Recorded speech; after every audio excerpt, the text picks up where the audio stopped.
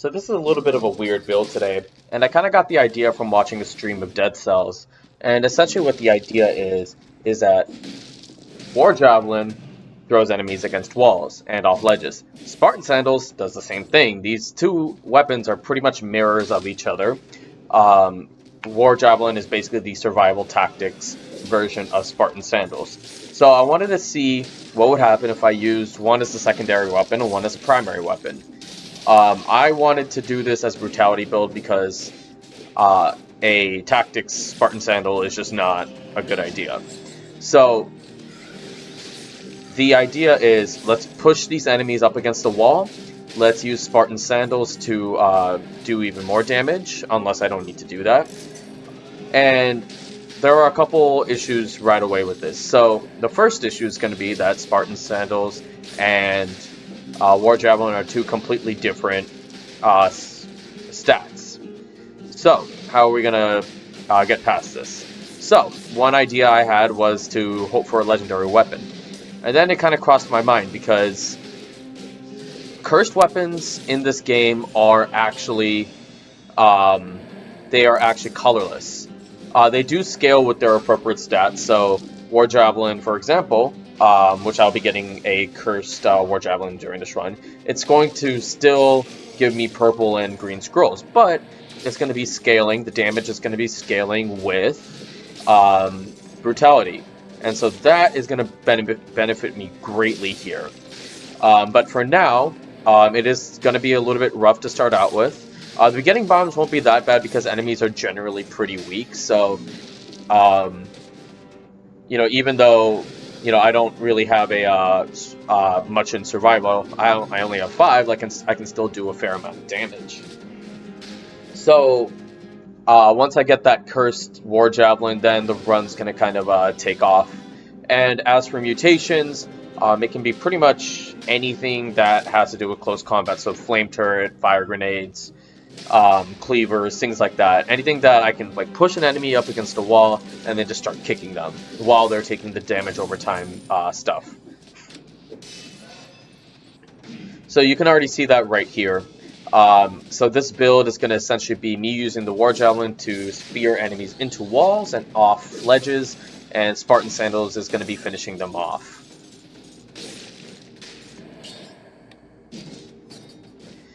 And if need be, I can use the War Javelin as much as possible. And as always with War Javelin builds, what I kind of want to do is be able to get something with a, whatchamacallit? Let's try to get something with, shots leave trail of flames, shots explode into toxic clouds, things like that.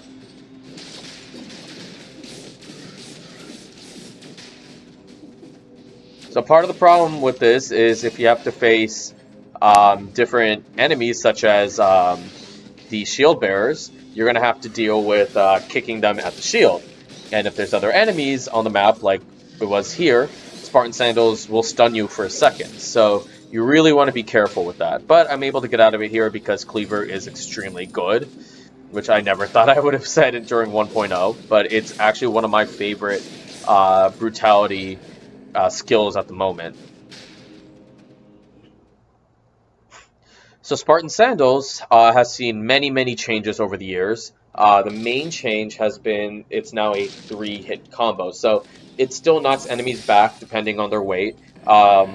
Most of them, it knocks them out. But the 3rd hit is always going to knock enemies out, knock enemies back, regardless of who it is. So like a boss or an elite are a bit heavier. So the first 2 strikes won't really knock them back much.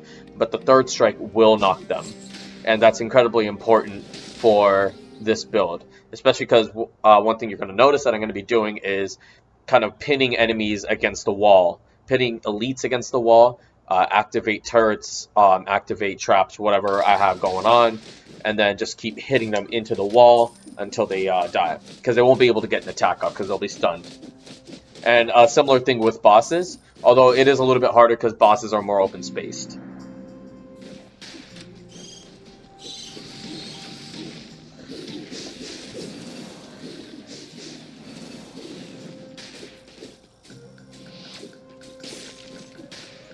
So we're already off to a bad start in Promenade, just because I still have to figure out how I'm going to deal with the kamikazes. And I do figure it out.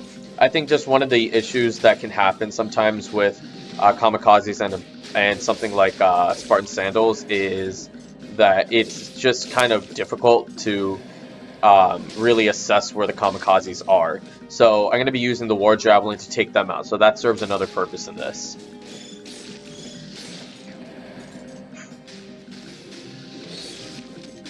Because for those who don't know, War Javelin is actually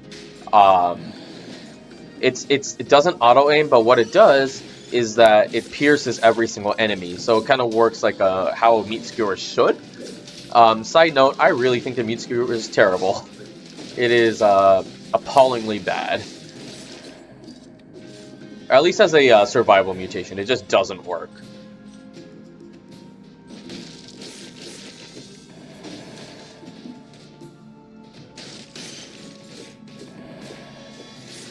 So Spartan Sandals can hit multiple enemies at once if that's just how you end up with it.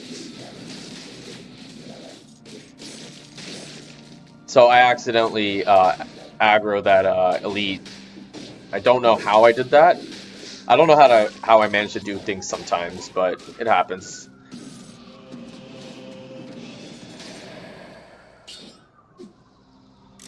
So knock him all the way out. I know he's dead because he's fallen off a big ledge. So pretty clean fight overall, despite all the running around. But with elites in open spaces like that, you have to make do with the space that you have. So try to find the closest wall, try to see how you can dodge, things like that.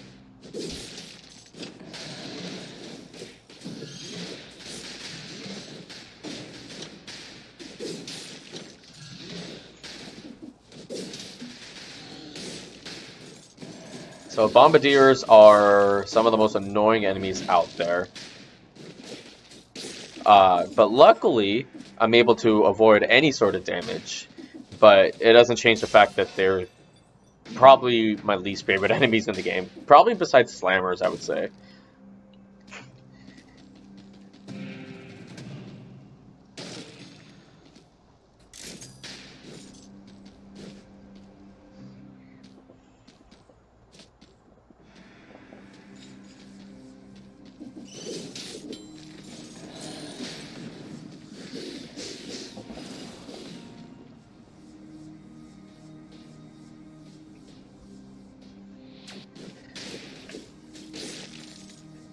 So I'm just waiting for that failed experiment to come over here.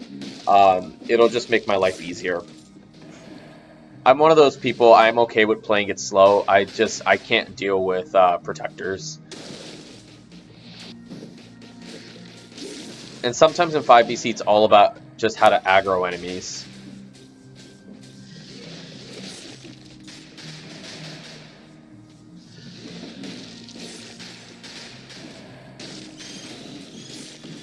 And sometimes you just have to wait until the shield kind of temporarily disappears.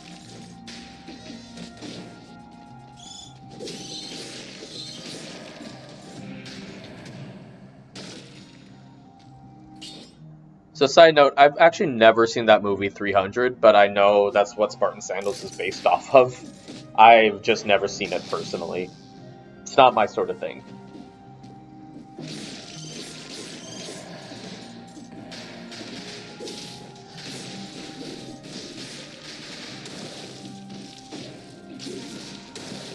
That was pretty close right there. But I avoid everything on screen. I'm very happy with that. Now I'm just going to use my head to take care of these bombardiers. So there were two of them. They're just kind of overlapped on each other right now. Which I actually do go and check to make sure.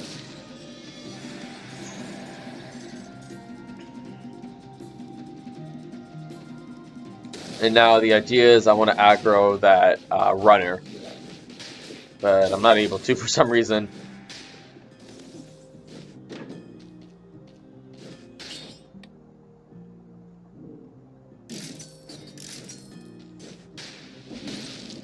So I do get my shots leave a trail of flames here. I'm pretty happy with that.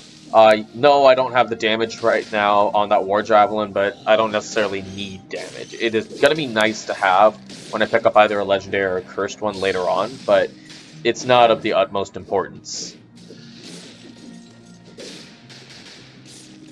Any damage over time is always nice in Dead Cells. Especially if you can just get it automatically.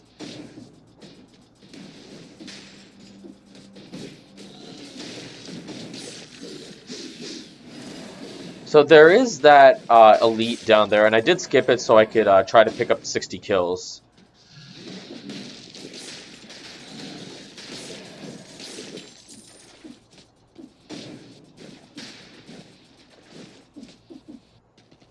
And that is my 60 right there. And I'm going to go fight that elite.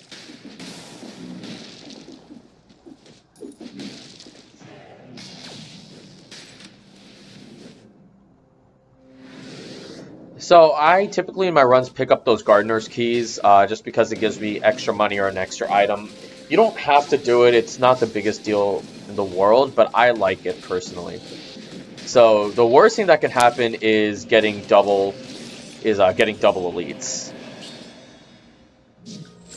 So somehow I didn't get hit there. I'm not complaining. I'm quite happy with that. So very successful run so far.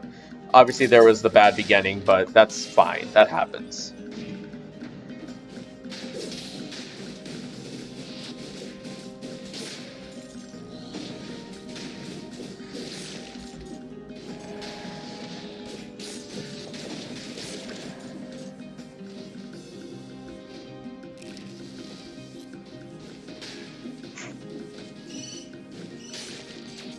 So now I finally get a chance to heal off all the damage that the bats did to me at the very start of the level.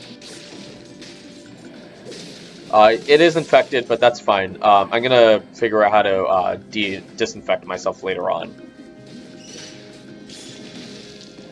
So Infantry Grenade is not bad at all. I am a big proponent of it. I don't typically use it because it doesn't really fit into my builds most of the time. But in cases like this, it works as quick damage and a good cooldown.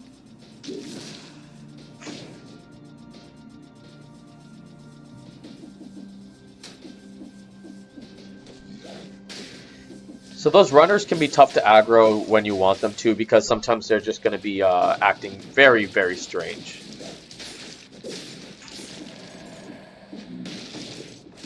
And you can hear that in the background, how they sometimes will just not do what you want them to do.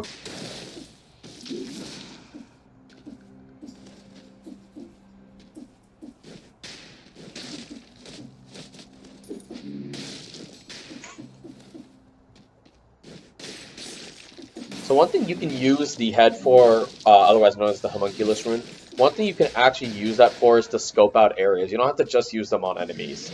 And that's one thing I've actually been able to do a lot more of. And I am not entirely sure why he didn't throw the bomb there just now, because he usually has a pretty big aggro range. But able to get that kill right there.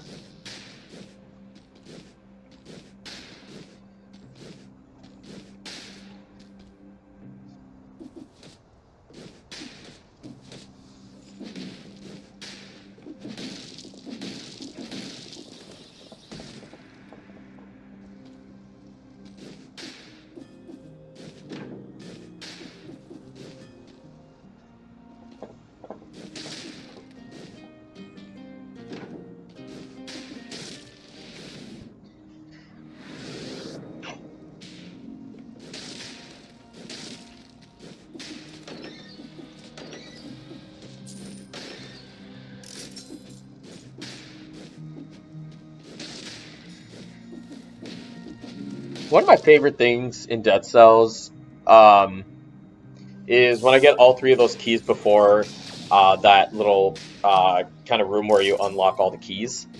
Because then I don't have to use a teleporter and go back, and I can just continue. It's one of those little things I just really like.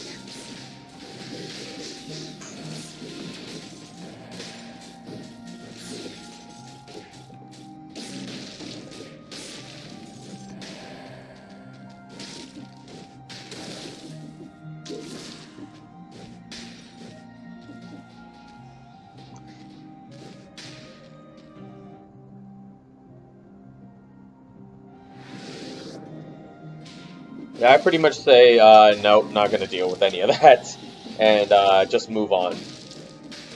I didn't even see that defender there until I was doing my voiceover, because um, it was just kind of hidden, and most of the enemies weren't being used by the defender.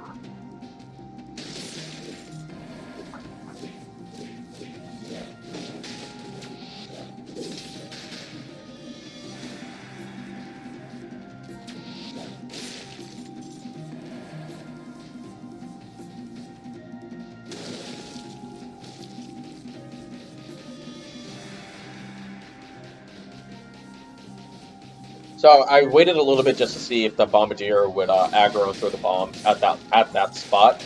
If he had done that, I would have just moved up because I had enough room.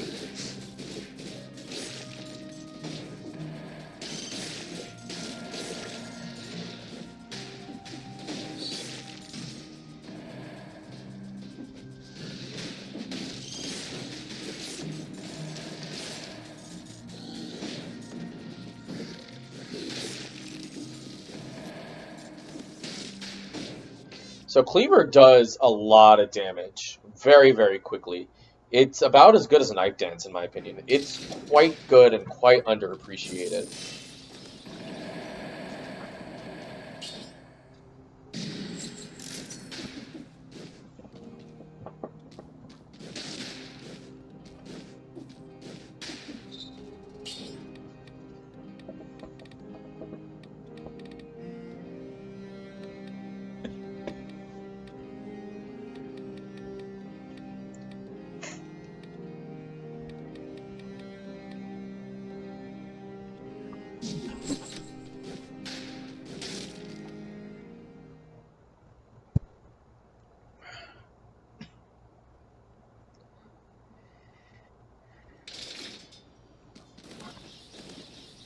So now prison depths can be a little tricky, but because there are a ton of walls and short ledges, it might actually end up being a little bit easier.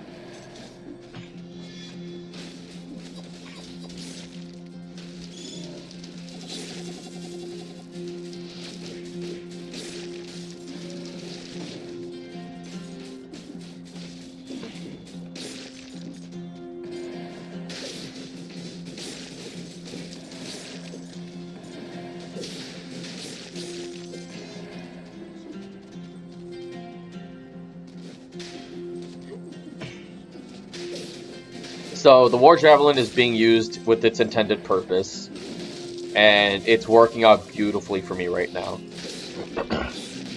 Because there's a little bit of a stun, and that stun is allowing me to get my 3-hit combo off.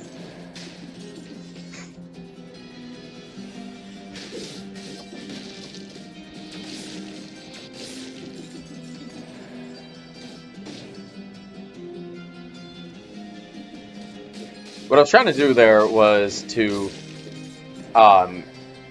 hit the War Javelin on both the enemies, and unfortunately that didn't really work out, but I'm able to get away with it.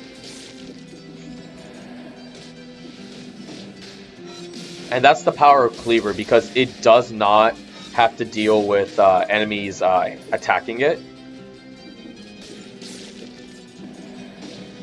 I was very happy with myself on that, because I was able to knock that bomb away and knock out that knife thrower, who I only saw at the last second, and then jump over him.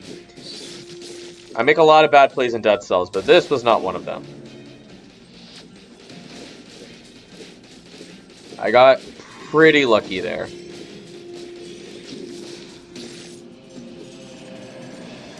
So you can already see how good Spartan Sandals is against elites.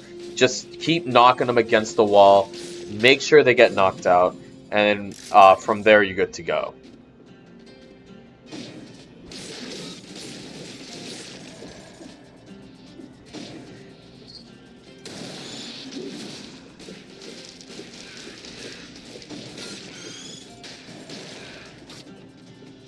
So I really was not expecting him to come, but able to pin him up against the wall, and essentially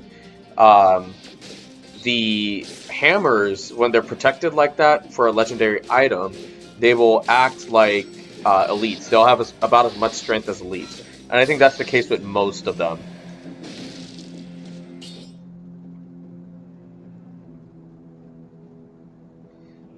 So the Hakuto's bow is tempting, but better that I don't take it. It's not the build that I'm running. Because I can just use Hakuto's bow with anything. That's just kind of what it is.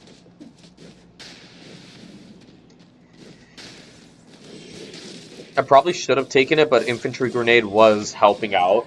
And in this case, what it did was it allowed me to just kind of put up with some of the kind of enemies that would kind of stay a little bit too close to me. And it would also get rid of bats. So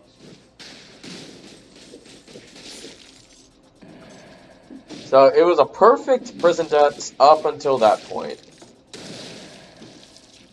And the stupid little bats that's come get me.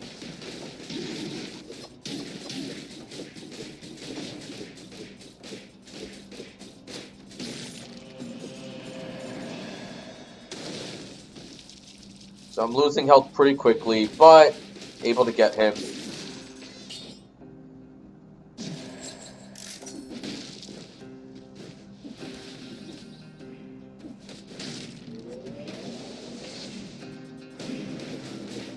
Spartan Sandals is extremely fun to use. I highly recommend it. And this should be easy because I have him in a tight spot. He's not going to do anything. Spartan Sandals are not broken in that way. It is just a distinct advantage that they have.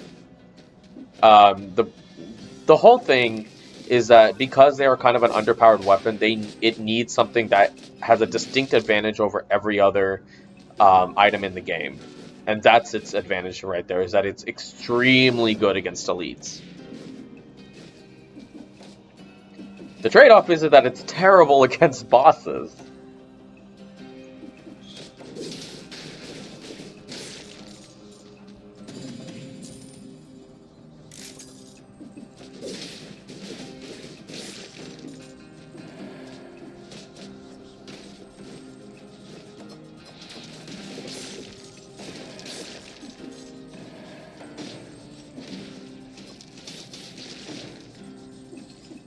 And so you may have noticed that I've been kind of sitting at 12 brutality for a while. And that just goes to show how good this build is.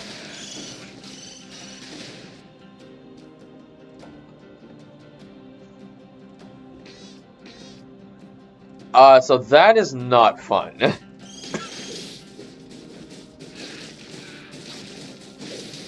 So I'm just kind of sitting there not knowing what to do.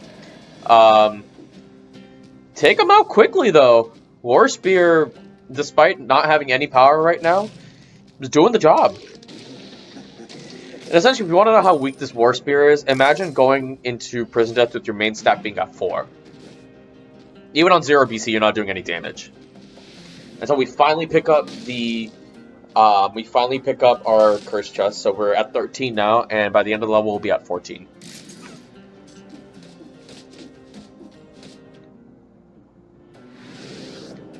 I always have light speed. For these type of runs, I always have light speed unlocked, but I never use it. I just don't like it. But I need to find the right build with light speed, and then when I do, I will be sure to upload it, because I haven't seen a lot of people been able to use it very well.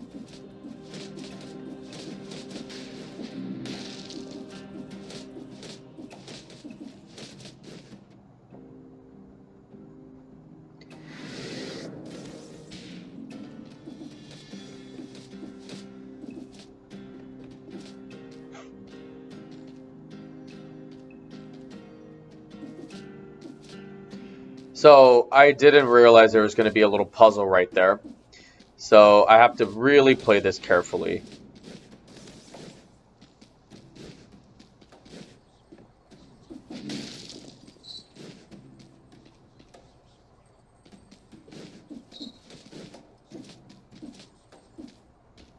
And there's another puzzle. And another. I make it through all without getting hit, and I'm very happy with myself. Like, this run has been quite good so far.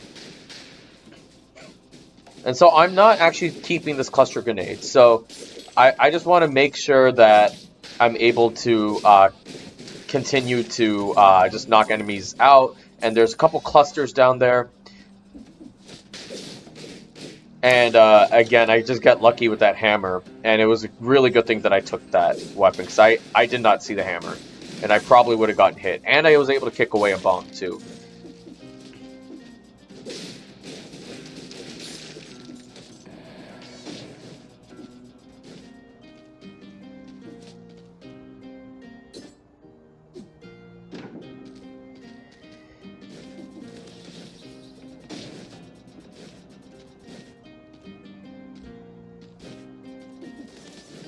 So I'm looking for something very specific on this build, and right now I'm just not getting it.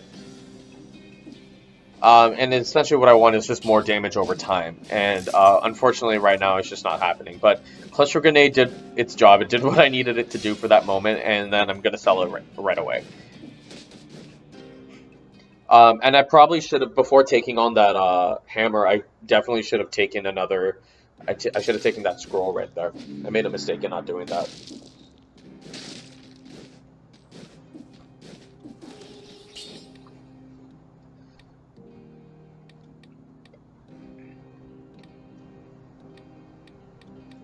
So the melee mutation will allow enemies to be slower, so I can knock them against walls pretty quickly, and that works especially for elites. Soldier's Resistance will give me extra health, extra bulk, and damage resistance, and lack of melee stacks, and of course Acceptance, because it's the best mutation in the game. That's a lie. It's one of the best. It's really good. Not having to deal with a bunch of not having to deal with only 5 curses it's always nice.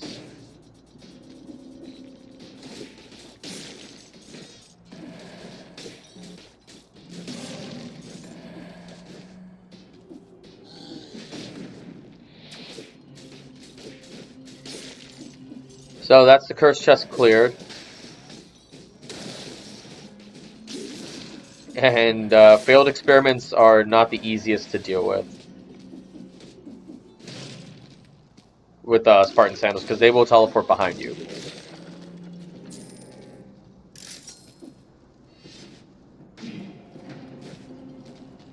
I want to say it's about a 1 in 3 chance that you'll get that open curse chest. And by open curse chests, I mean curse chests that are not designed to be in a level. And I'm not explaining this well. Essentially what I mean is a lot of curse chests will be behind doors. Some are going to be out there just because they're out there. So like in Graveyard, Slumbering Sanctuary, Clock Tower, etc. There's always that curse chest that's always going to be there no matter what. So for this, there's the curse chest behind the 4-cell door and the 2-cell door. And there's a chance of there being an open curse chest. And I believe that's the 3rd chance.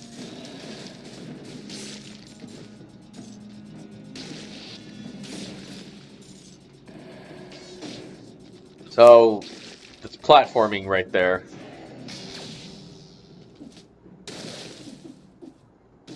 Almost got hit by that stupid little biter guy. Those are annoying on builds like this.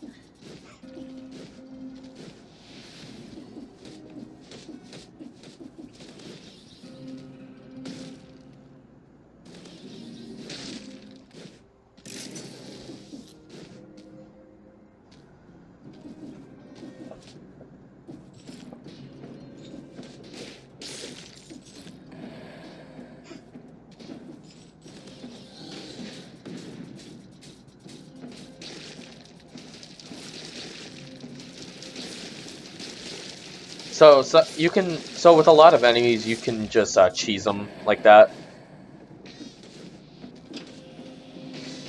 And then I'll just let the worms finish it off.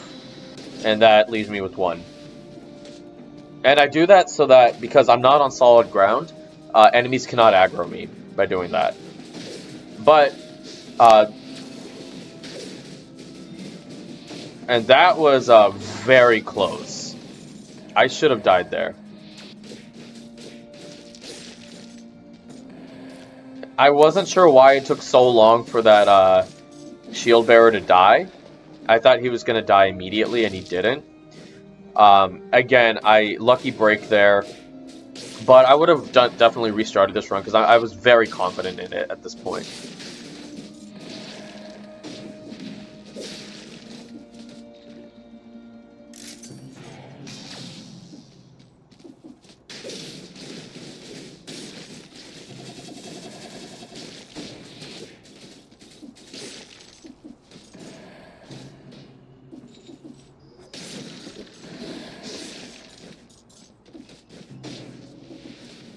So you can kick up in the air, and that's which is nice. It's very convenient.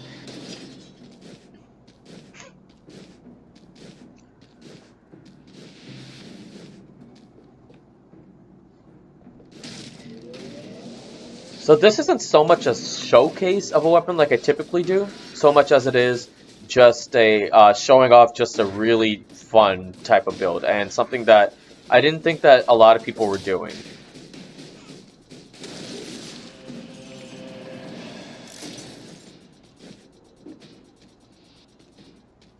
So I had no idea. So with those Thornies, I was playing it safe because I did not know where they were.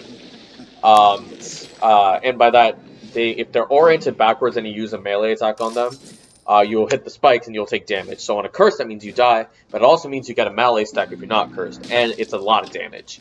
And brutality builds are they're not as fragile as tactics, but they're still fairly fragile.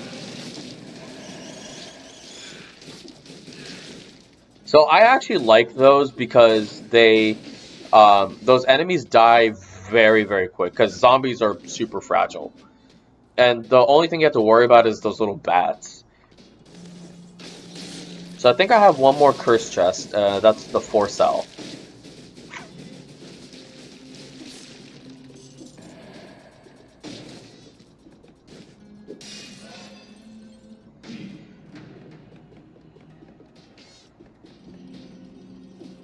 Also, one of the problems is that because I have biters on the screen right now, enemies aggro on biters.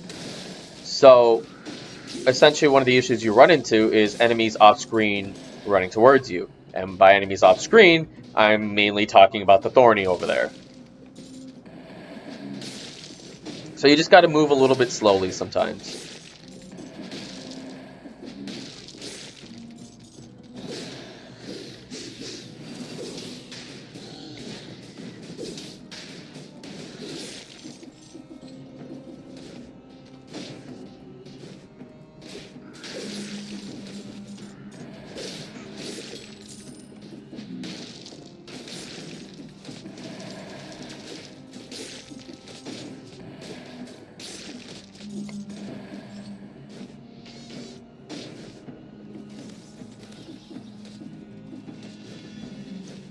So bleed synergy is something that's not talked about often, but I think it's very nice to have, especially with mutation like open wounds and 60% to bleed. Most people use poison or burn, me included.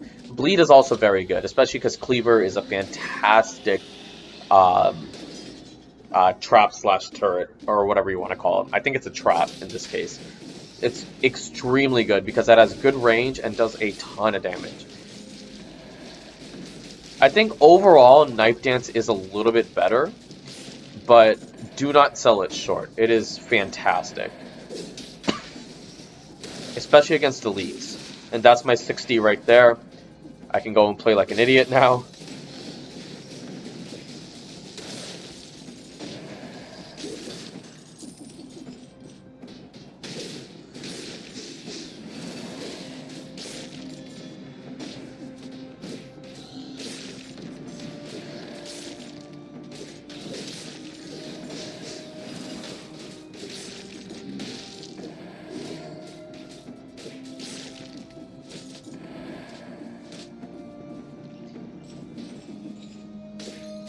And this run is just proof that you don't, on a custom run, you don't always have to have the same type of stats for everything. Like, this is a war javelin, which is not brutality in the slightest.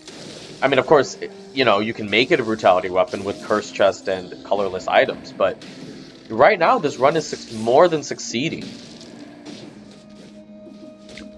I mean, outside of a couple mistakes, which I would have made those mistakes on any run, I've been completely okay. I've barely taken any sort of hits. So you can use a secondary weapon as just a regular secondary weapon.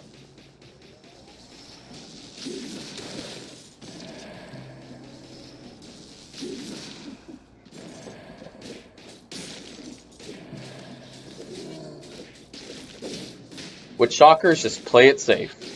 Always just play it safe with them.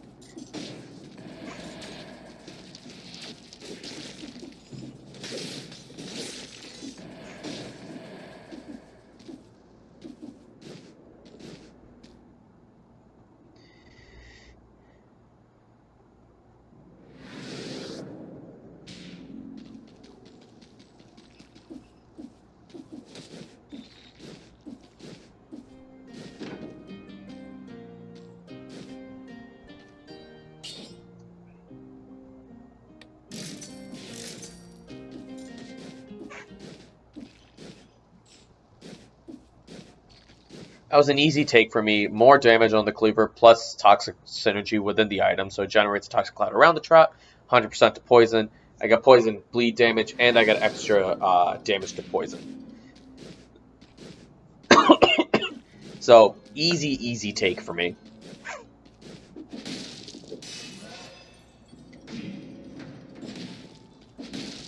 And one of the main reasons I take acceptance isn't because there's less enemies. I'm fairly confident in most of my build's ability to handle enemies. It's just that sometimes you can end up having to deal with bosses, and I think that's where I run into trouble.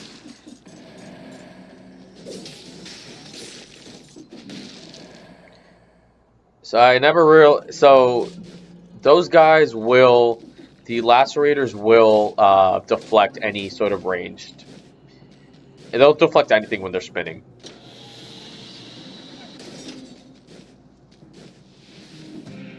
And thankfully I wasn't cursed at that point. I for some reason I have a ton of trouble when it comes to cursed chests or being cursed, and then that particular ability. That and then the little laser turret thing that shoots from above. I have a ton of trouble with those. And then the rotating one. Most of them I have trouble with. So with elites, I would prefer to just kill them before they even have a chance to do anything.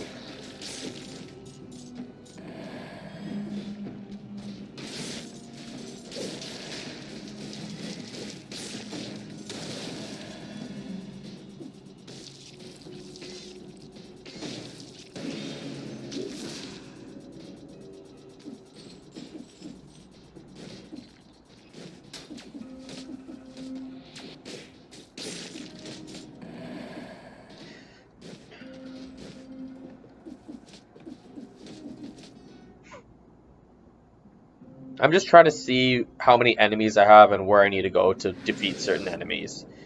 And at this point in the run, I'm a little frustrated because I'm not able to find that final curse chest. So I'm just trying to bounce around to different places. And I need to leave enemies on the map too, because every enemy outside of shockers here will aggro.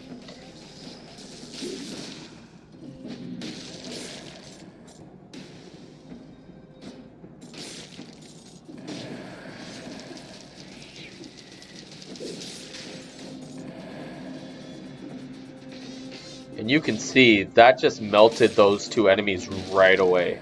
Yeah, shield bearers aren't the most bulky enemies in the world, but it did a ton right there. Like, it just knocked out that shield bearer as soon as I deployed it. Just because of all the synergy that's on it. That'll knock out enemies so quick.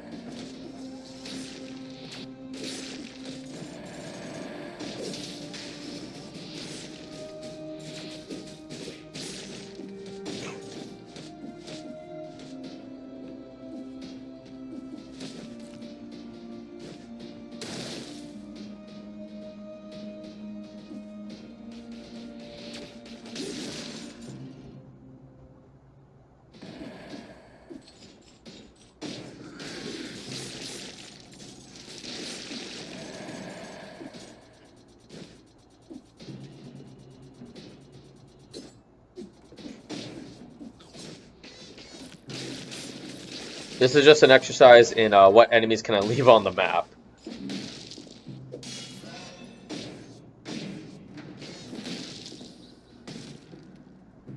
And I finally find our 4-cell door right here, and there are at least 20 more enemies on the map.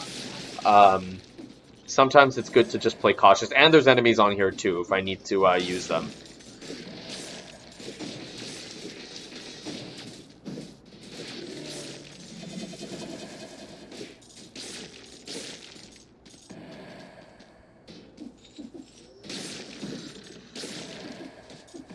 So I really wanted to kill all the enemies on the map, but that just did not happen. Or I didn't want to kill any of the enemies on the map, but unfortunately, just didn't turn out that way for me. But I finally get our cursed, whatchamacallit, War Javelin. So now it's going to do a ton more damage. That's right away, just knocking out enemies, as opposed to before when it wasn't doing anything. So now I have two very dangerous weapons.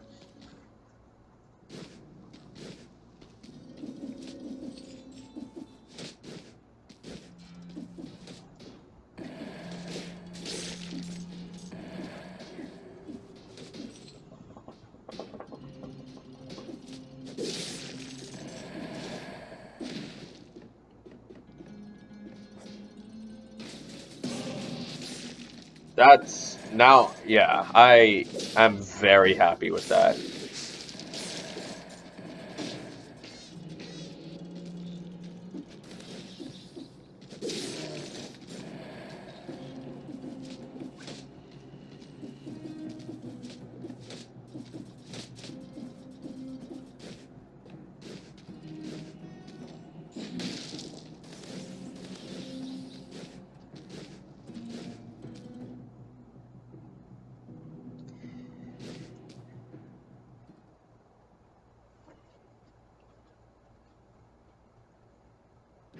For a second there, I was gonna take that kebab and try to reduce some melees, but ultimately, just not worth it. So we're gonna check out the 60 door, and we're gonna see what we got over here.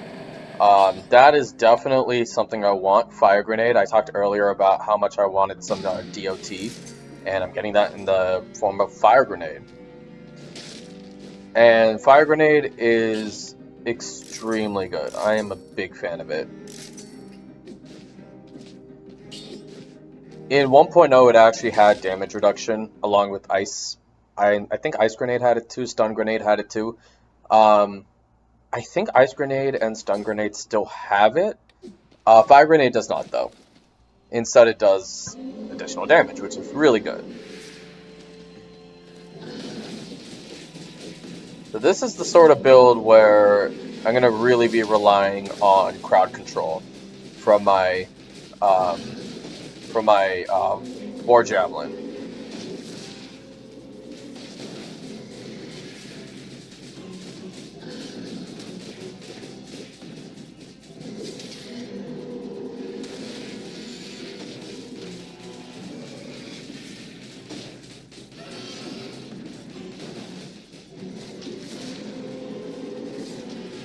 The key is just staying far away from him, especially once he starts jumping at you.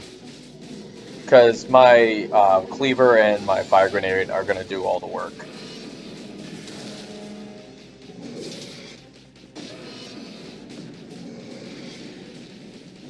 Concierge is a little buggy when it comes to War Javelin, because it does interrupt his attack.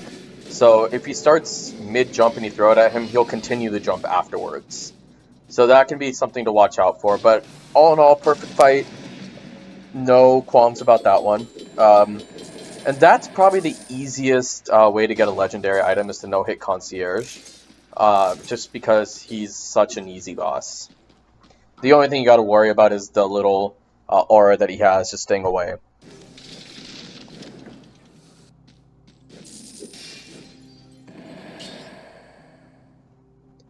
So getting poisons to the enemy on a level 9 Spartan Sandals is incredibly valuable. So I'm very happy that I got it. And it also gives me an extra point in tactics and survival as well, so now I have more bulk. Excuse me.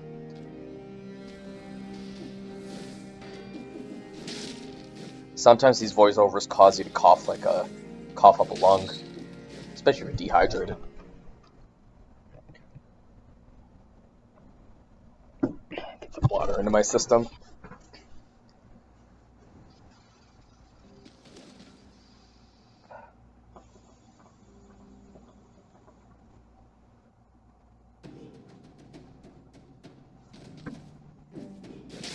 I love the music for Stilt Village. It sounds so epic. It's like you're going on an adventure, which Stilt Village kind of is.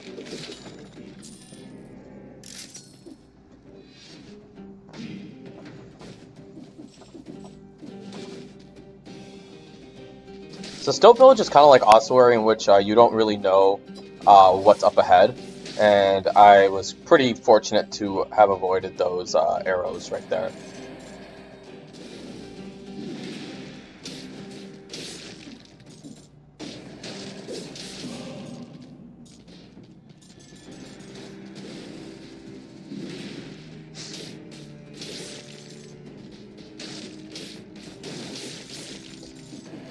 Spartan Sandals is pretty quick. It's important to note.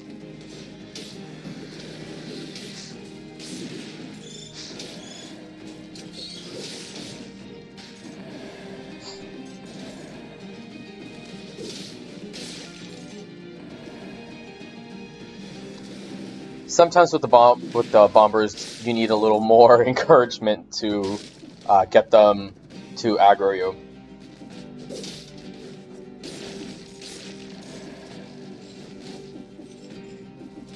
That grenade was a little unnecessary. I could have easily just kicked both those guys, but it didn't end up ultimately mattering.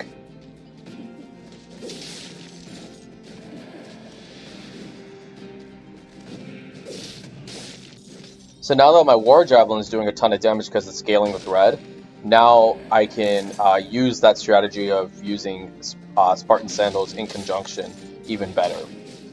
So unfortunately for me, the bombers are going to continue to fly even after I kick them midair. So that's something I have to watch out for.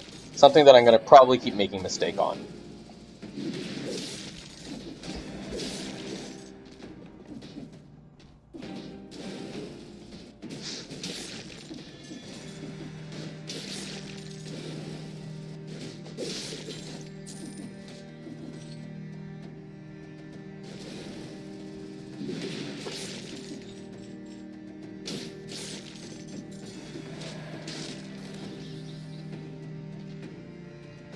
I love Lacerating Aura, but given that this build is all about crowd control, it's not really going to work that well here.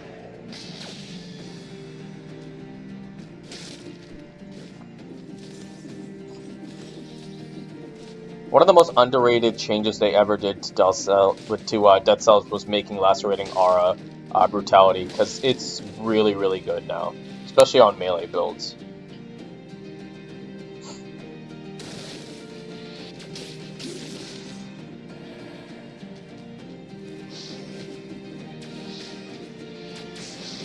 So definitely wasn't expecting to get hit there, but I wasn't cursed, so we're still good to go.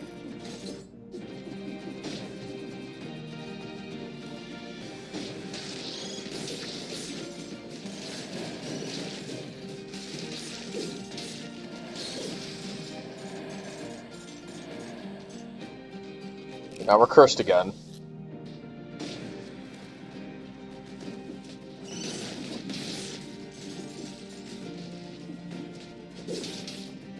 And so normally I would go straight to him and kick him, but I just didn't want to take any chances here. So I'm going to wait for that bomber to come aggro me, and unfortunately that's not really what I get here.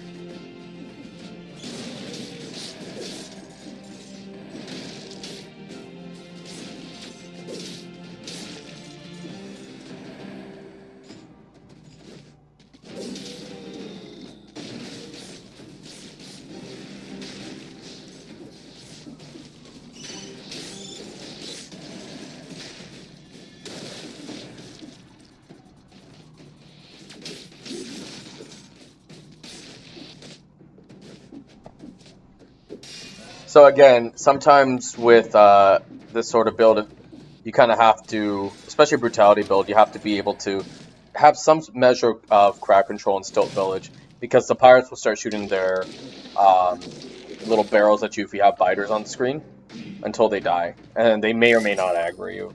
It feels random. I'm sure that there's actually something in place. I just don't really know what that something is.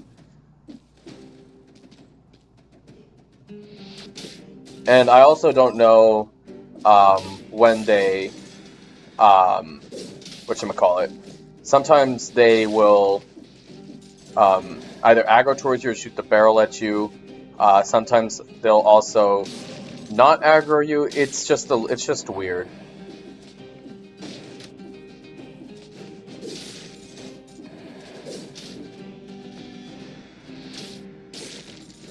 So that War Javelin didn't kill that pirate captain right there, but it was very, very close to. And here it should be able to now. Should be able to do all the damage that I need to do.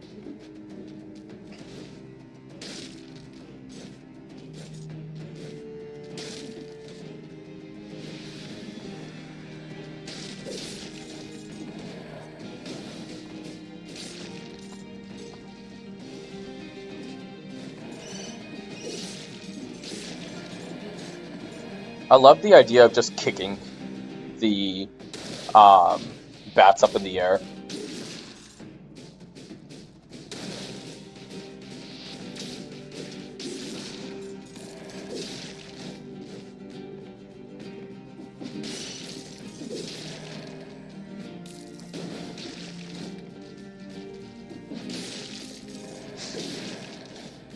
So you have to be really careful with those little worm ground biter things. They're quick.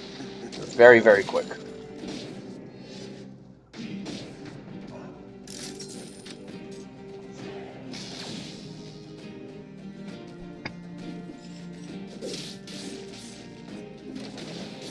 So I should have played that a lot more carefully than I did.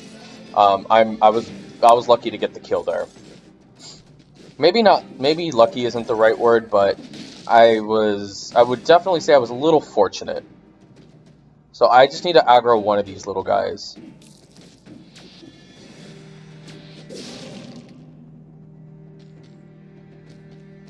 So I have no desire to aggro any of these guys back. So I'm just gonna wait for my javelin to come back. And for whatever reason, I decide that, oh, let's already do it, because I've already been hit once, so that's totally fine.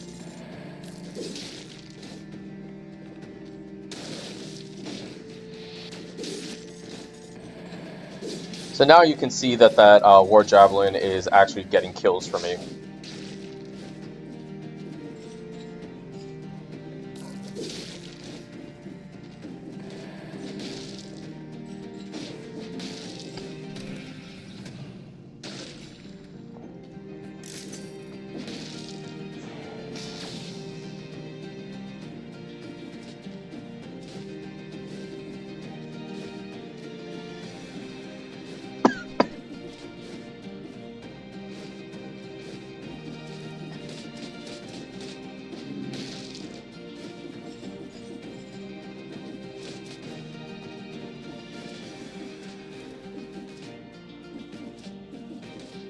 So now it's Sepulchre time, but I just want to get some quick cash first. So I decide to just go get some cash while I'm there, and I get that extra scroll that I hadn't seen before. So that's always nice. And I'm heading into Sepulchre at 26. Typically with Sepulchre, you want to be between 24 and 30. If you have 30, you're definitely getting at least 40 on your build, because I believe you get about 7 scrolls in Sepulchre, and all of them are colorless, so you can get you can distribute that any way you want, but typically you want to go for more power. So now the key to Sepulchre is going to be to kind of make use of that War Javelin. And because there's big clusters of enemies, especially those Dark Trackers, they'll be in groups of 3 or 4, sometimes even 5. So the War Javelin will definitely keep them at bay. They'll probably kill them, to be honest, because Dark Trackers are notoriously weak.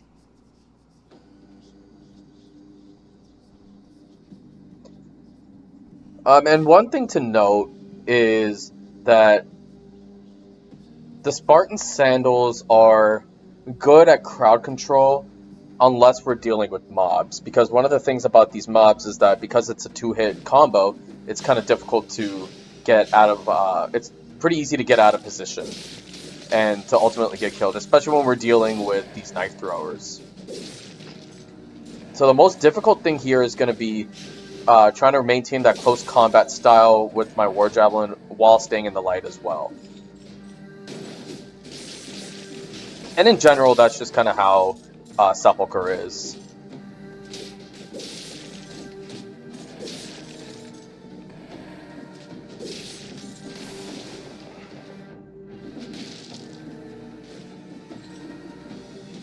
So you can already see right there that the light fades quicker than you might think. Sometimes it's slower than you might think.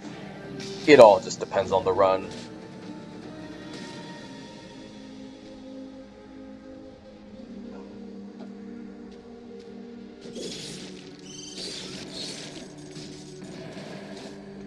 I'm actually a big fan of curse doors that have enemies in them, because in that same curse door I can take the time to just kill enemies like after I get cursed. So I can maybe aggro them if I want. I really have free range to do anything.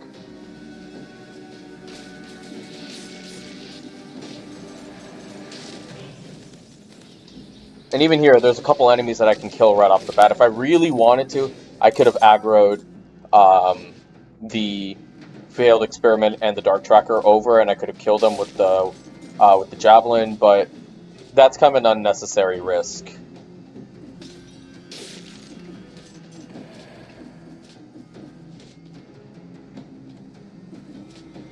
So some of you may already know this, but it's actually easy to the darkness does not kill you when you're cursed. So if you have to deal with darkness damage, it will not affect you if you're cursed. So unfortunately for me, I'm trapped either way. So I just have to be very, very meticulous and careful. And there we go. And going in that direction was actually the right call, as you'll be able to see in a little bit.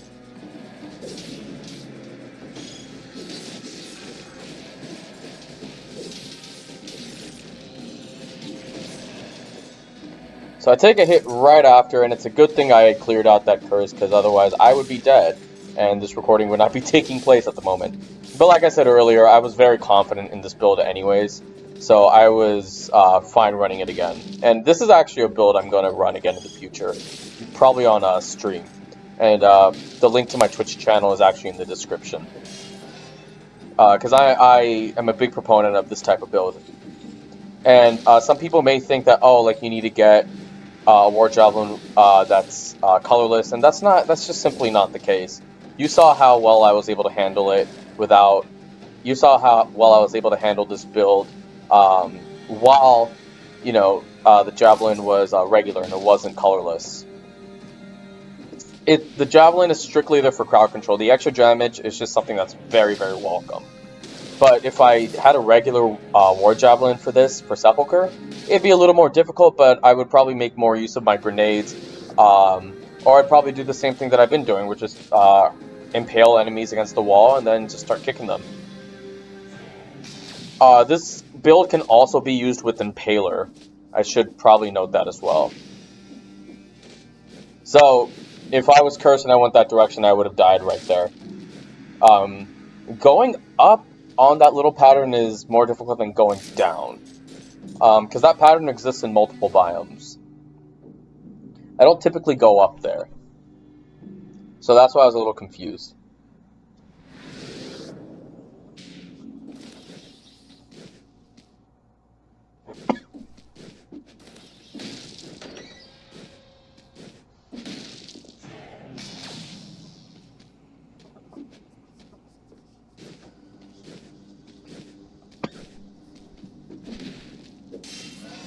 Some of you may have noticed it, but there was that little area that you can use the ram rune on in Sepulchre, and down there was a swarm grenade.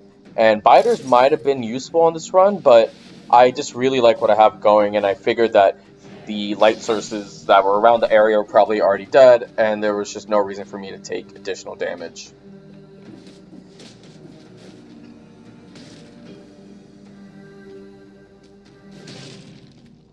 So, second and final curse, chest. Of course, it's possible that I can go grab some food and then be cursed from there.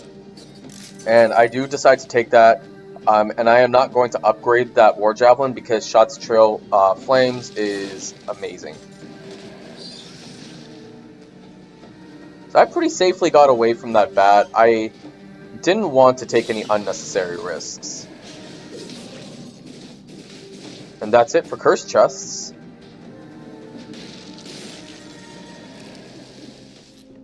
And I decided to take that just because I need a little health, and some malaise reduction is always nice to have. And there's the two enemies up there, and so I can go ahead and throw the grenade, and that's the kill. And what's funny is that I actually don't watch these in advance. I am pretty much doing a recording as I watch these for the first time, and sometimes I just already know what I'm going to be doing.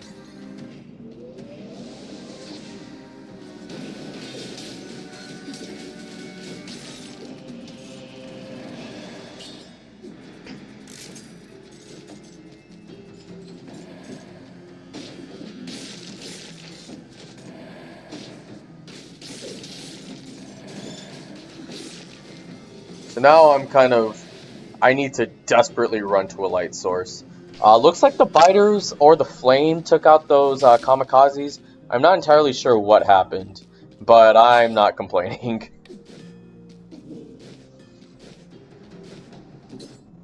I was thinking about taking that double red Spartan sandals, but I figured that more health is probably nice to have. Especially because against bosses like Hand of the King and Collector, I'm going to take hits. That's just... neither Spartan Sandals nor War Javelin is a good boss weapon. They're great biome weapons, but not good against bosses. Just because both are just... they're used for crowd control.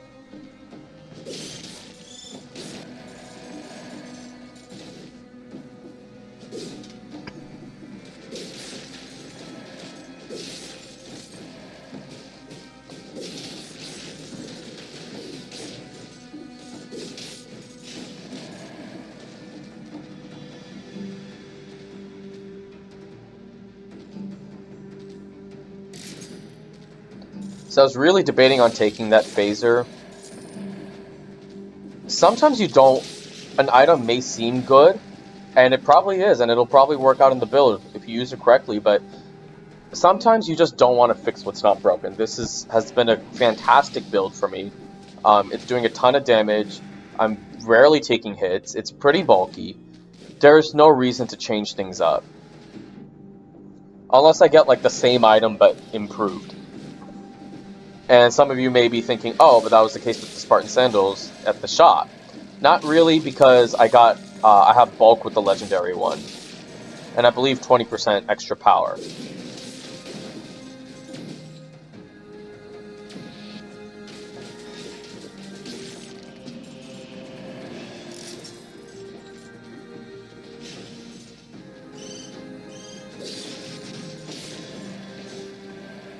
It's funny because when 1.2 dropped and we got to see 5BC and Collector for the first time, I would stop at around 29 or 30 and focus on health from there because I was so scared of taking hits. But now if I get anything under 34, 35, then I am not very happy with the build. And of course there are exceptions.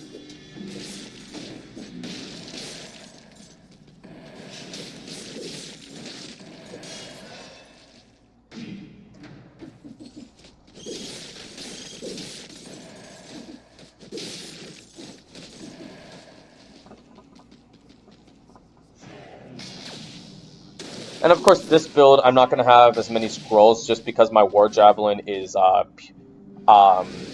it's not even legendary, so I don't have an extra scroll in red. So I'm actually going to be down a weapon in terms of scrolls. So I'm actually doing okay in terms of power. So I decided to fight all these enemies even though I don't need to, because they almost always have a scroll at between here and the elite room. So I want to go all the way up and check that out.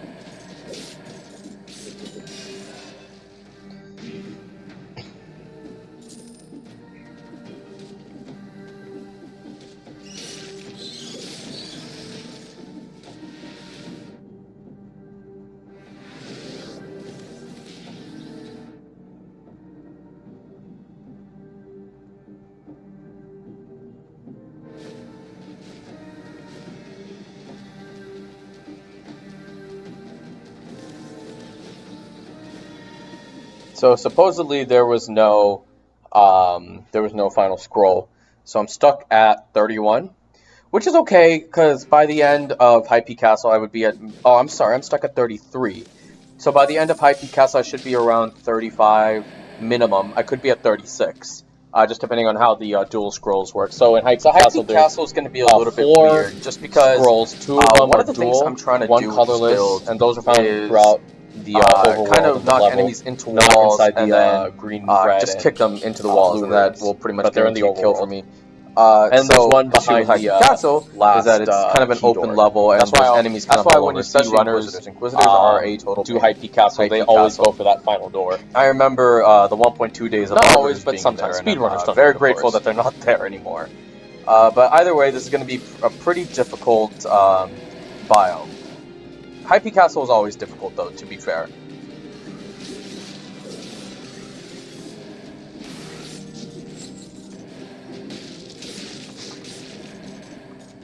So something's going to happen here that gets me a little bit salty. So I don't typically use adrenaline, but you're going to see it right here. I figured that I'm going to be taking hits against unfortunately bosses. for me, Let's get a little bit of it HP comes at back, the and I cost think it's of around 2 to 3%, about 50% of which my is a health. lot. And the Rampagers will push you, and unfortunately for me, I end up in the spikes. I hope So that very, with very good start to 1.5 the they fight. can change that up a little bit, because that was kind of unfair positioning for me. So I was definitely And we feeling no-hit a the bit boss. salty about that, but No-hitting Timekeeper we're is still difficult, alive. but The run is still very, going. very doable. I just have to figure out a way to you heal just have to get a ton myself of damage now. off right away, and that's why I stick with Cleaver and Fire Grenade. They have synergy within each other.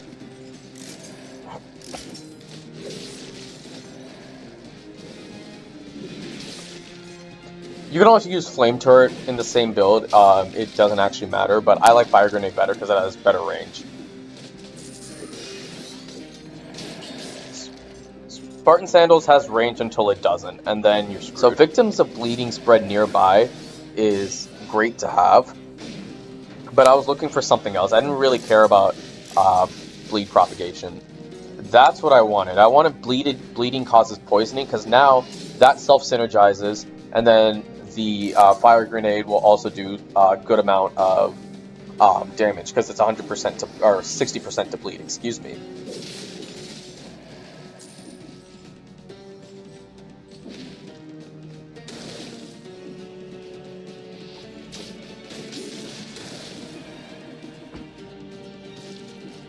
Sometimes I take High Peak Castle, most of the time I take High Peak Castle very slowly, because Inquisitors can just shoot you out of nowhere. They're scary.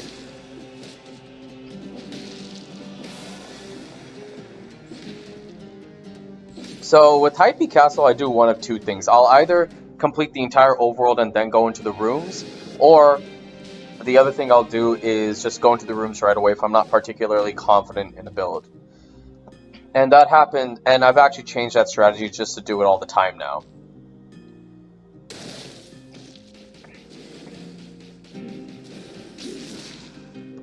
So I waited over there for a while because I wanted to see if the Inquisitor would aggro, or not aggro, but if it would be able to see me or not. And fortunately for me, it didn't.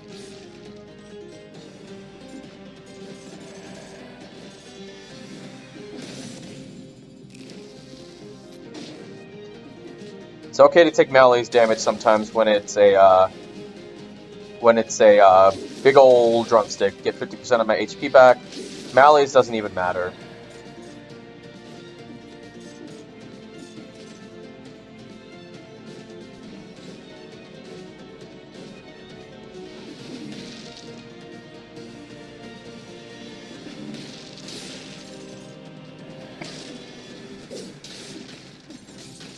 I remember the first time I got a Spartan Sandals win.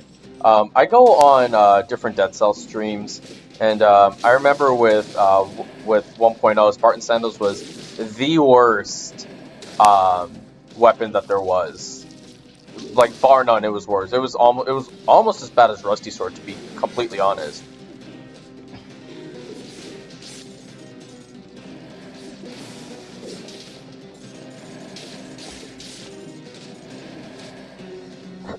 And that was this build used to perfection. Right there. Just mob control, War Javelin, knock down those demons, I can run up and kick them. That was super satisfying. I did not see that cannibal right there. I think those are called cannibals? No, those aren't cannibals. Those are lancers, I want to say? Either way, I didn't see them. Luckily for me, it didn't end up doing much damage. But I can actually go ahead and take that, the other 50%, so I am at full HP now, I have nothing to worry about. I'm feeling good. I'm feeling good. Rough start to High Peak Castle, but we're rolling now. Couple fluky hits, but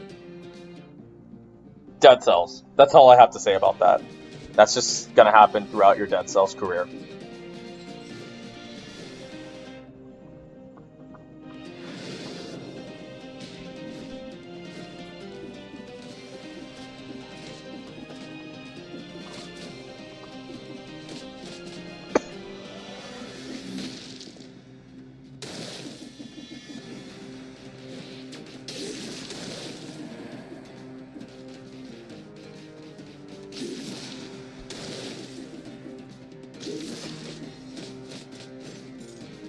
I wasn't actually sure which enemy I'd use the head on, so I wanted to just figure out which one I used it, and then just playing it safe. There's nothing wrong with playing it safe. It's a little boring sometimes to watch, but it's never a bad thing to just make sure that you know what you're doing. And I expected the little spinny guy to die right there. I was certainly not expecting him to survive that. And none of those enemies did. War Javelin might be the most satisfying weapon to use.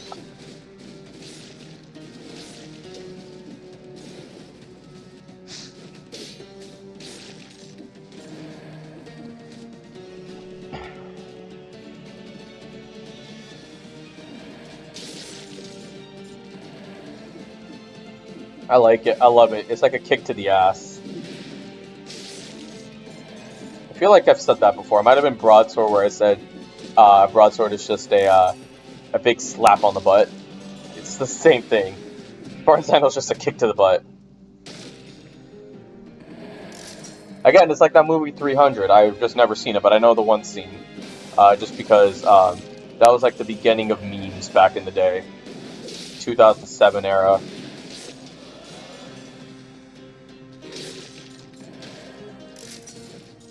The info screen got in my way. That wasn't nice.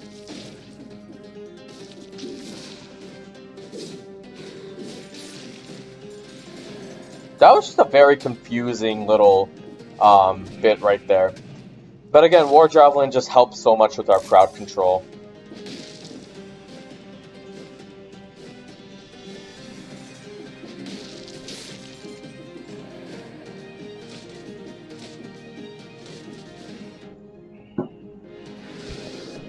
So if you want to run this build, certain items that you can have unlocked, obviously War Javelin, obviously the 4 that you see on screen. I thought about having Wolf Trap here a few times, but it just doesn't make any logistical sense because one off-color weapon is one thing, 2 is a whole different story. because then you're really relying on luck here.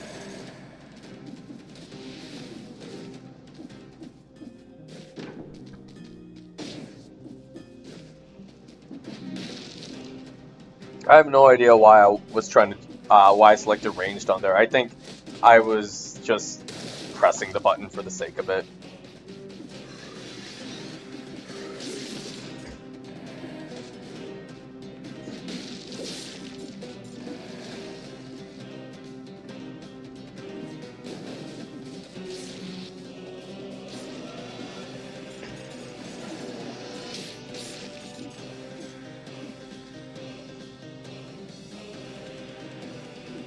So with these three elites, I generally like to, and I missed there.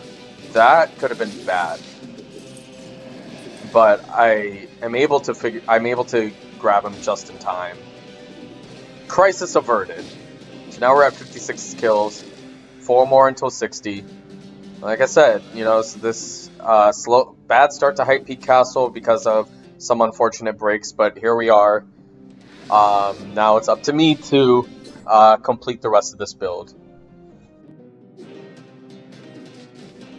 So we have 2 more doors. We have the red door and then we have the blue door. So I'm just trying to figure out where I want to go first. I'm also trying to avoid anywhere where there's going to be traps, such as the spikes and the spike ball. I'm just trying to avoid all that stuff.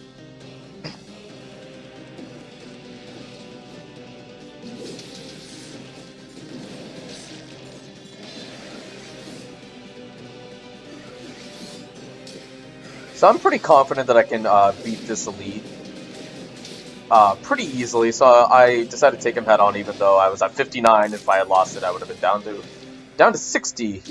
That wouldn't have been fun for anybody.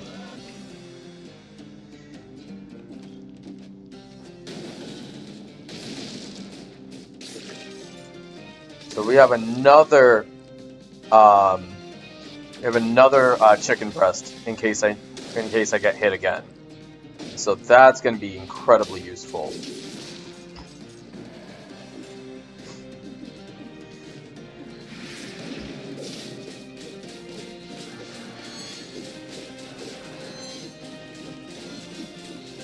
So this is a longer fight than I would have liked. Just because fire grenade doesn't do anything because I'm in water. So it does the base grenade damage and that's about it. Hype Peak Castle is also significantly easier if you have the spider climb wall rune thingy. The one that you get at Slumbering Sanctuary. Significantly easier, I would say, because I've done fresh files. It's pretty difficult, even on 0 BC, because you don't have the runes that you need, and you don't have the weapons either.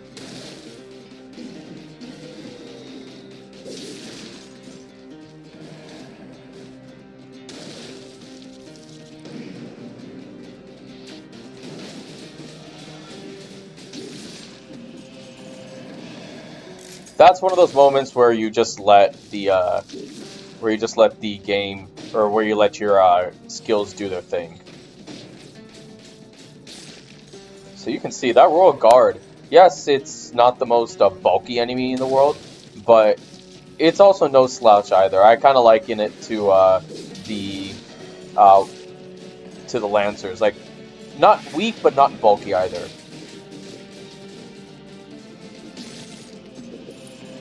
So I was prepared to throw my javelin in case he tried to strike.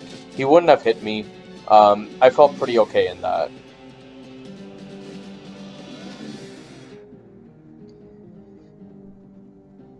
So I didn't take a hit after that surprise hit by the Lancer. Only 2 hits taken, and those 2 hits were pretty fluky. So very, very happy with this build. I said that a million times, but just for emphasis purposes, very, very happy with it. And now we have the biggest test, which is Hand of the King. I struggle with Hand of the King. I genuinely struggle with him. And I'm not sure why, because I know his attack patterns. I think sometimes I tend to die when he throws the flags down. And once he throws the flags down, it's tough for me to look at his next attack while also trying to kill the flags. It's like having a boss on screen while also having um, some crazy elite like attacking you. That's essentially what we're dealing with here. And this elite happens to be extremely bulky.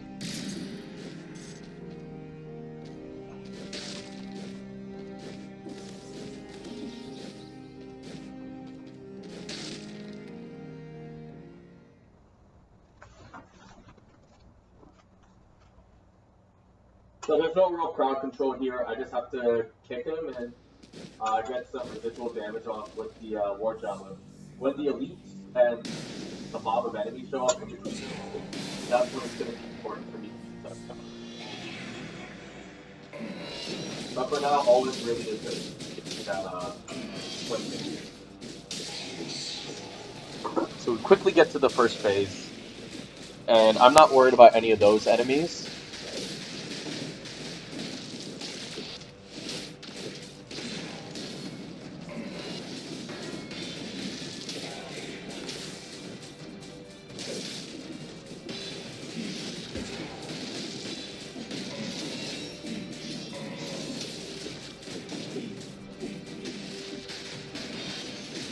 So apparently there was a glitch in 1.1 where he would um, he would fall into the spikes and be kind of glitched there, and then he would die. That doesn't happen anymore, as you know, is plainly obvious. So I wasn't expecting to get hit there because I thought the lacerator was done.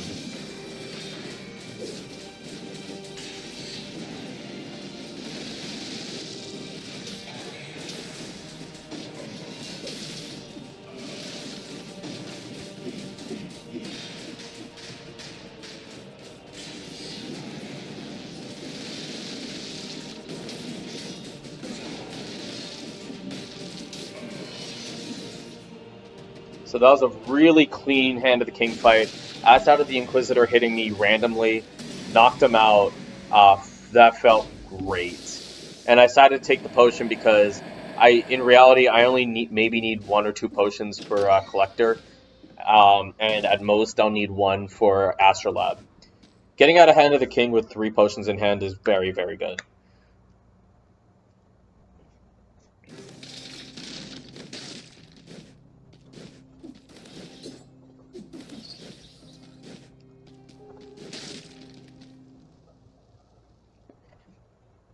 I feel like that Lacerator should have died, but and if he did, I would have been able to see that Inquisitor shot. But I am fortunate it didn't do much damage to me. And weird thing, I haven't made any use of adrenaline yet.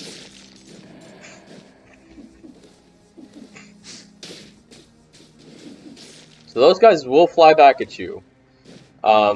So kicking them off ledges is pretty useless.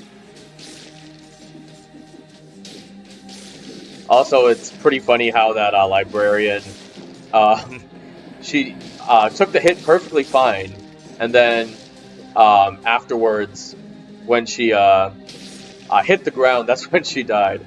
But those things float, so I don't understand, but I'm not complaining, the thing died, so...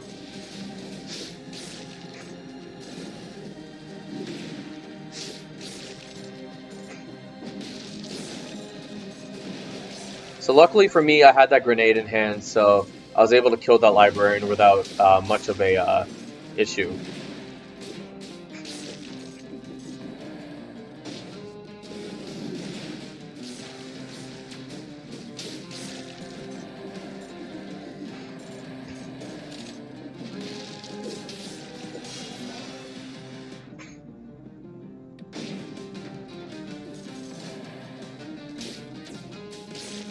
And because I get both bleeding from open wounds and I get poison, now I'm good to go with librarians. Just 1 kick and they're done.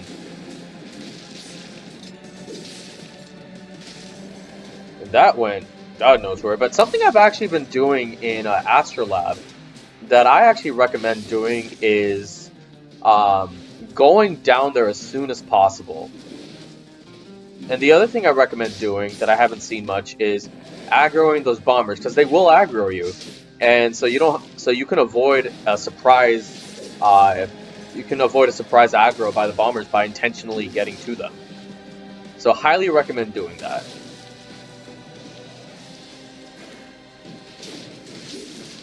That was unfortunately close.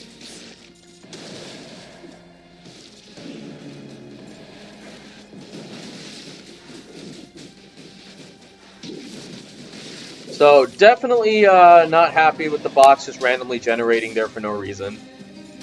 Took way too much damage from that. I feel like the boxes shouldn't generate as you're moving. It's a tough thing to program, so I'm not gonna hate too much for that. But anyways, as I was saying, so the reason I go to this area first without keys is that it just the likelihood of food popping out is pretty high when you're trying to get the keys. So in the other parts of the level that are not inside of this little area. So if I take damage like I did here, now I can go back and get the food. And also it just gets a hard part of the run over with.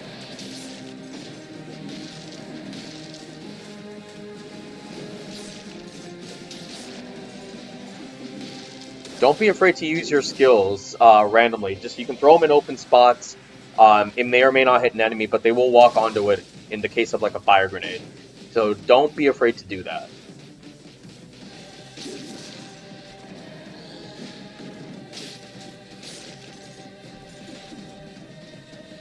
So I'm waiting for that bomber to come back so I can aggro it. Again, it's just some stuff I've picked up in over the course of all these runs that I've been doing. And it's been helping a lot. I haven't lost an Astrolabe in quite some time.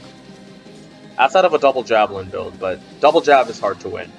Spoiler alert though, that is going to be my next upload, is double javelin.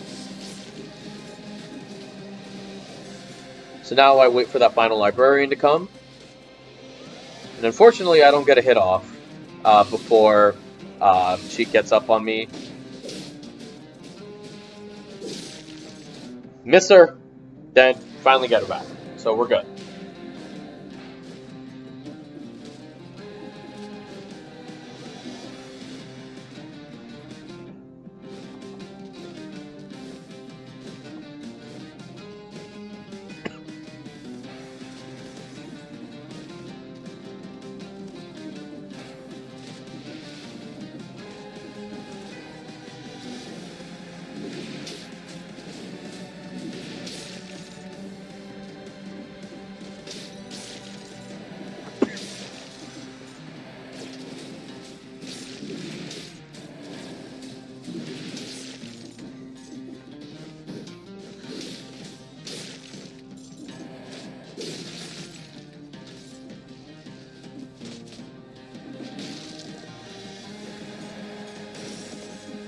So I actually have no idea where my War Javelin is right now, so I'm just waiting for it to come back, and I think it came back right there.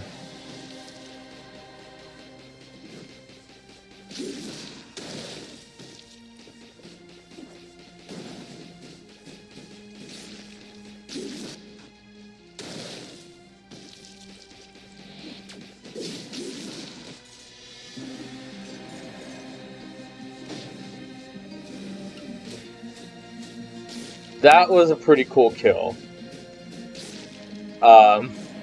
Just anything that had to do with jumping and killing those guys. Like that. Like, it's really fun.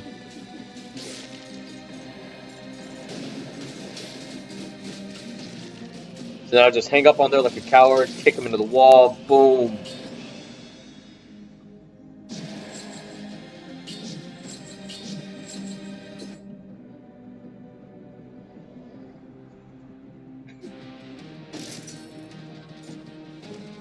I mean, I'm losing my extra jump, but three is nice. Three is a good survival, or not survival, brutality is a good solid number.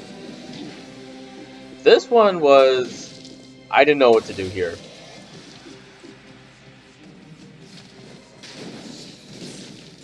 But able to figure it out. Get the head on. Boom.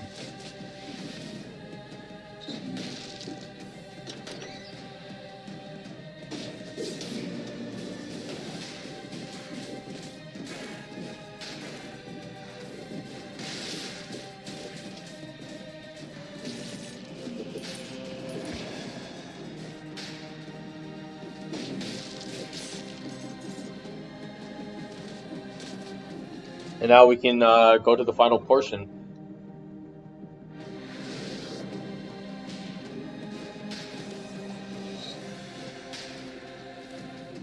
Or excuse me, well, the final portion, but for finding the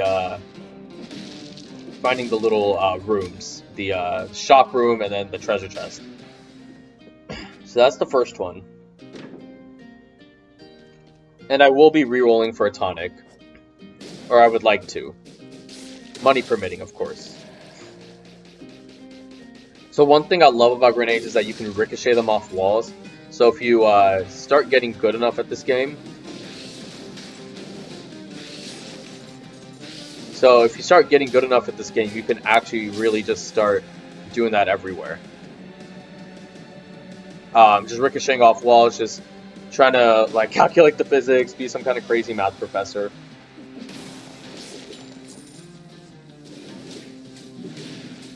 I was shocked that that did not hit me. I have no idea why it didn't hit me.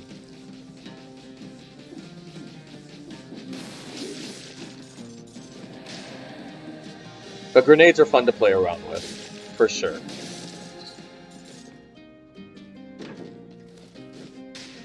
So that last tonic is there. And I do want to take that in case I get hit by a slammer or something like that.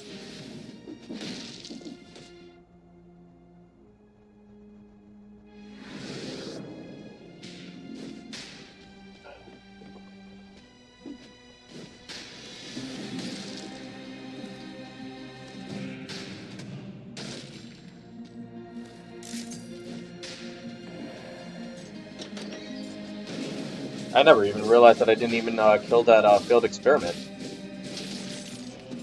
Those elites are hard to find. I had a moment where I was just thinking, maybe I should take that wrenching whip, and then, no, this is a Spartan Sandals run. I'm going to finish it out like this. It's been a fantastic run so far. Not going to stop it now. And so there's no more librarians to deal with either, so that's always nice.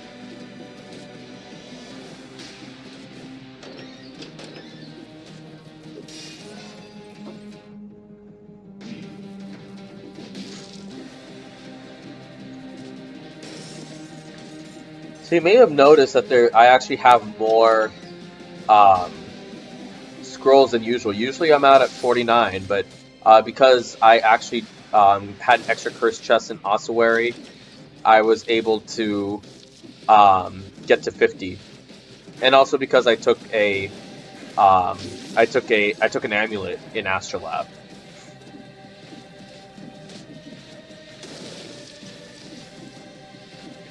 So always use that head to scout what's up there, because you don't know what's up there.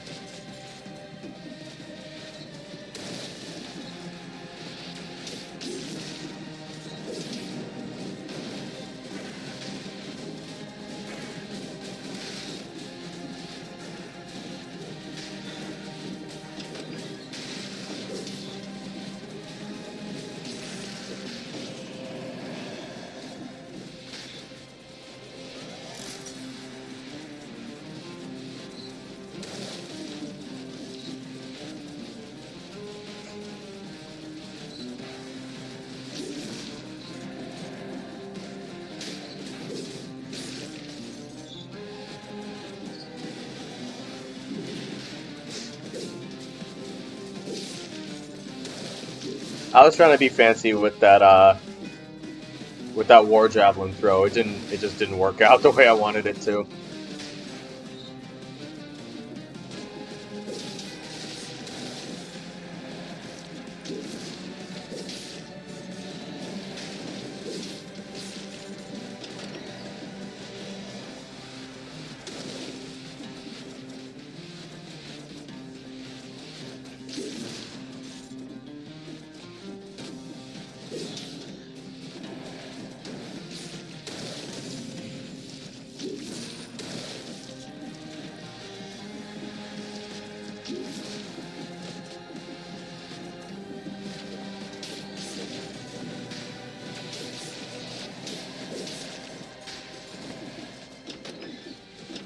So I didn't use the reverse that much, but the reverse is Spartan Sandals, and you kick them, and then you use the War Javelin to impale them against the wall. I didn't do it that much in this run, but that is also an option if you so choose.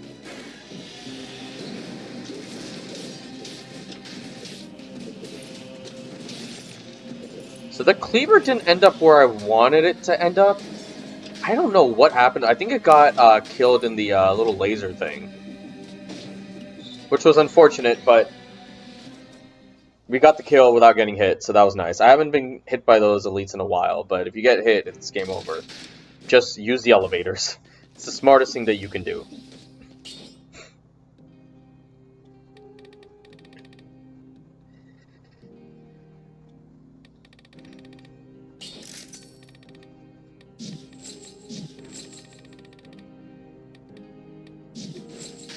So basically the same build with the mutations, just subbed out for not dead inside, emergency triage. Because the main reason I do that is because when the collector has this little thing and then he drops the panacea, I think that's called the panacea. It's the health potion that he drops. You can use emergency triage on it and then just be invisible for 3 seconds. That's about how long it takes for him to go down in that final phase. If he doesn't do the jump attack or the laser attack or certain attacks. So this is going to be a fun one.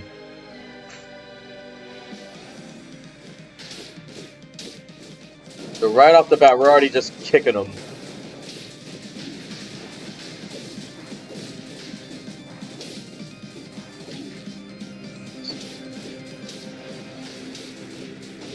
So we're already doing a good amount of damage with our Spartan Sandals.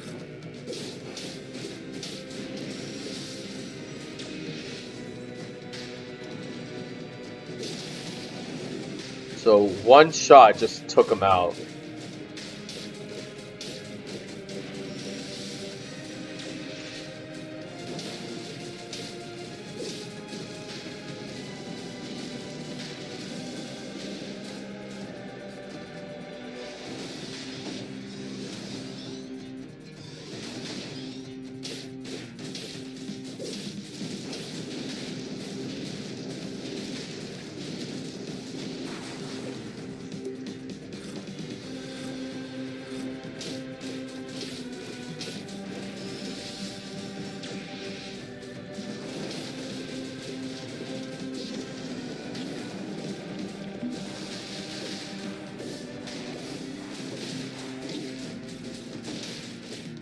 And that's why I brought emergency triage with me, in case something like that happened.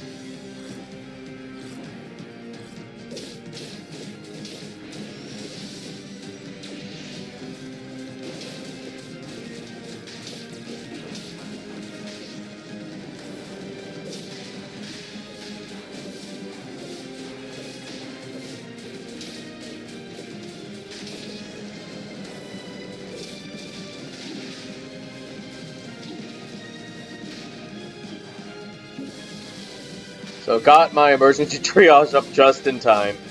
I probably didn't need to do that, but I was just being safe.